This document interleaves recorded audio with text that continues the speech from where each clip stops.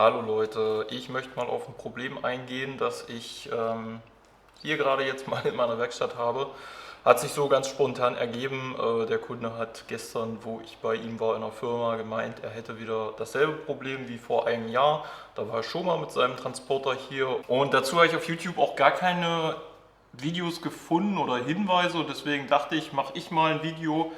Dann könnt ihr euch da den einen oder anderen Tipp vielleicht abholen, beziehungsweise vor allem Tipps im Umgang einfach. Ansonsten ist man da nämlich ziemlich verzweifelt, beziehungsweise wenn das Problem erstmal da ist, dann ist das Kind in den Brunnen gefallen und dann ist jede Hilfe ja, teuer und gut.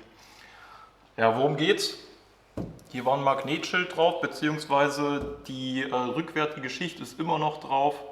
Was ist da passiert? Der Kunde hat das Schild zu lange draufgelassen auf dem Lack und das fängt dann an, sich zu verkleben. Das sind dann verschiedene Prozesse, die da einfach einhergehen. Da spielt dann Hitze, Kälte, Dreck, Wasser eine Rolle. Wenn ihr Magnetschilder zu lange auf dem Lack lasst, dann diffundieren die sozusagen. Das heißt, das hier, was nicht nur Gummi, sondern auch Metall ist, und das wird ja aufmagnetisiert, das fängt dann an, sich mit dem Lack sozusagen zu verkleben, wenn das zu lange drauf ist.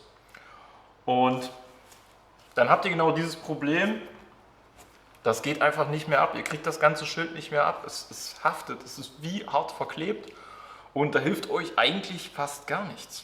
Es ist tatsächlich echt fies, weil es ja keine Verklebung ist. Ihr habt keinen Aufkleber, der wegen altem Kleber da hängt oder irgendwas. Hitze bringt euch nichts. Die sorgt nur dafür, dass ihr kleine Fetzen runterreißt. Und auch verschiedene Reiniger bringen euch nichts, weil das ist so dicht, dass der Reiniger da tatsächlich nicht runterkriecht und ihr somit auch keine Hilfe damit habt. Tatsächlich das Einzige, was jetzt da hilft, ist ein Kunststoffspachtel und viel Zeit. Die müsst ihr auf jeden Fall mitbringen und dann könnt ihr das Stück für Stück runterholen. Vorsichtig natürlich, hier in dem Fall haben wir es jetzt tatsächlich schon so, wie gesagt, das sind dieselben Stellen wie vor einem Jahr und das ist noch schlimmer als wie vor einem Jahr drauf und dementsprechend ist jetzt hier tatsächlich auch schon der Lack in Mitleidenschaft gezogen. Also da hat sich diese Gummirückseite schon so stark mit dem Lack verbunden, dass dann der Lack schon wirklich nachhaltig geschädigt ist und die obersten Schichten schon angegriffen sind.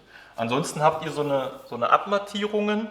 Das kommt einfach dadurch, weil die Magnetschilder auf dem Lack arbeiten und das wirkt dann wie Sandpapier. Ich meine, da setzt sich ja auch Dreck hinter und alles.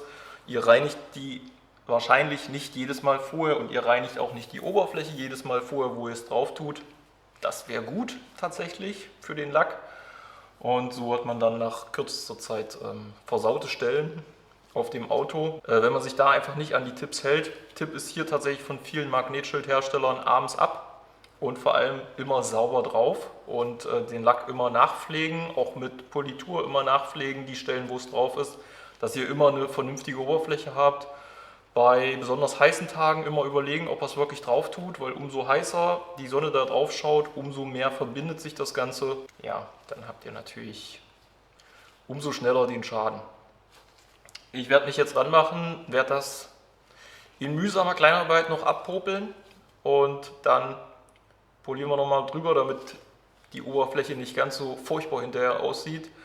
Der Kunde hat sich jetzt tatsächlich dafür entschieden, eine Folierung machen zu lassen. Er hat halt vorher, so wie viele von euch wahrscheinlich auch, die sich jetzt das Video angucken, hat sich so gedacht, hey, ich mache mal ein Magnetschild dran, wenn ich mal privat mit dem Transporter unterwegs sein möchte, mit meinem Firmenwagen oder so, mache ich einfach ab und dann fahre ich quasi inkognito rum. Schöne Idee, funktioniert ja auch an sich, aber dann bitte dran denken, die Magnetschilder regelmäßig abmachen, die Stellen immer pflegen, das Fahrzeug vor allem immer pflegen und dann bekommt ihr sie auch in Zukunft wieder ab. Ansonsten, wenn es nicht wirklich sein muss, dieses inkognito rumfahren, denkt wirklich über eine Folierung nach. Kann ja auch, ich sag jetzt mal hier, so ein Fenster oder ihr könnt ja auch zum Beispiel das, was ihr jetzt hier, das war nur so eine relativ kleine Magnettafel, das könnt ihr euch auch als Aufdruck machen lassen und dann wird das da drauf geklebt und dann ist das ja genauso fest. Ihr könnt es halt nur nicht abmachen. Also das ist ja durchaus möglich. Falls noch jemand von euch in den Kommentaren einen besseren Tipp hat, wie das abgeht, gerne her damit, denn ich habe keinen gefunden und ich habe jetzt viel ausprobiert. Viel hat nicht geholfen, auch der Dampfreiniger hat nicht geholfen, Heißluftpistole hat nicht geholfen. Tatsächlich bleiben wir dabei und legen sofort los.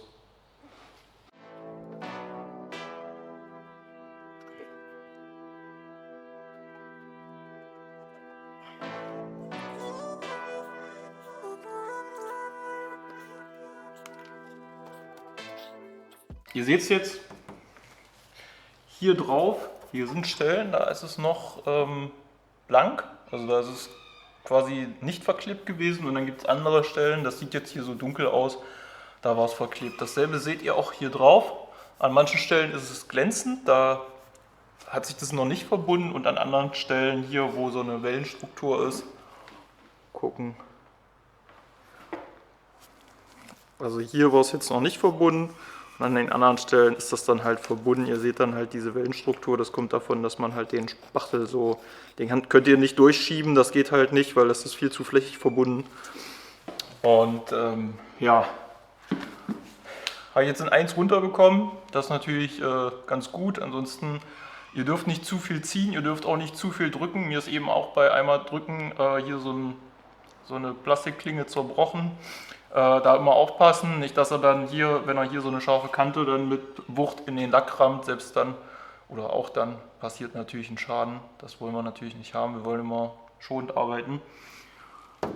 So können wir es natürlich auch nicht lassen. Das werden wir jetzt erstmal reinigen und dann gehen wir nochmal mit Politur drüber, damit das Gröbste weg ist. Wird ja danach foliert, das heißt, wir werden jetzt hier kein Hochglanzfinish fahren, sondern einfach nur die Verunreinigungen entfernen und das Matte wieder hochpolieren.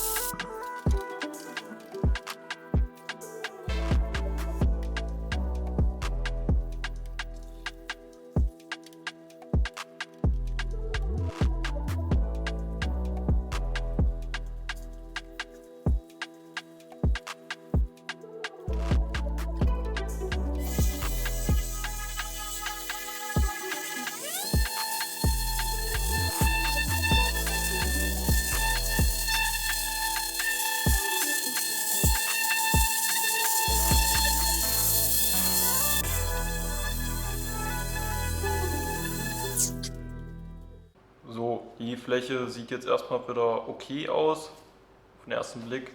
Wenn ihr genau hinguckt, dann wird man da jetzt einige Defekte sehen, auch ein paar tiefere Kratzer, die ich jetzt nicht rausbekommen habe.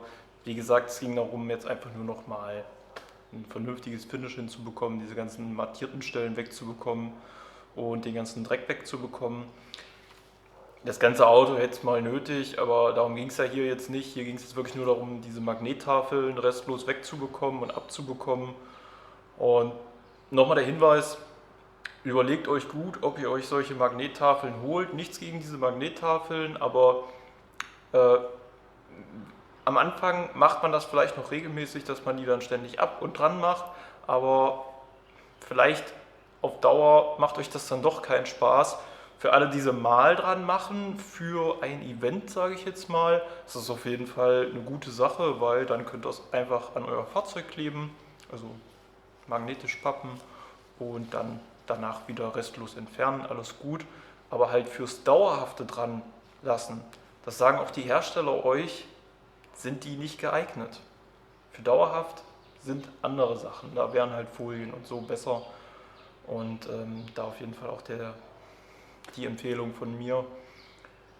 Entweder ihr seid da wirklich hinter, die Magnettafeln ständig abzumachen, dahinter sauber zu machen, die wieder vernünftig zu pflegen, den Lack zu pflegen, oder ihr habt schnell so einen Schaden und bezahlt dann viel Geld, oder jemand entfernt die, der vielleicht nicht so sanftmütig ist wie ich und sich da hinstellt und da eine Stunde lang mit dem Rakel popelt, bis alles ab ist und das dann hinterher wieder aufpoliert.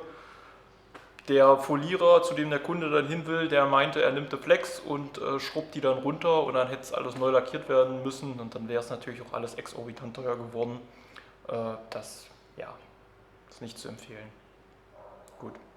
Kurzes Video am Rande mal, außer der Reihe, weil sich das so ergeben hat. Ich hoffe, es hat euch trotzdem gefallen und für den einen oder anderen vielleicht auch noch nicht Kanalabonnenten, abonniert meinen Kanal gerne, wenn euch Themen rund ums Auto, Pflege, Werkstatt interessieren und lasst gerne einen Like und einen Kommentar da. Nochmal, falls jemand weiß, wie das besser geht, gerne in die Kommentare schreiben. Hier geht es nicht um die Pflegehinweise, sondern wirklich um das Entfernen von diesen diffundierten Schichten. Ich habe nichts Besseres gefunden, ich habe viel ausprobiert beim letzten Mal schon und das war das Einzige, was hier geholfen hat. Bis dahin, macht's gut, ciao.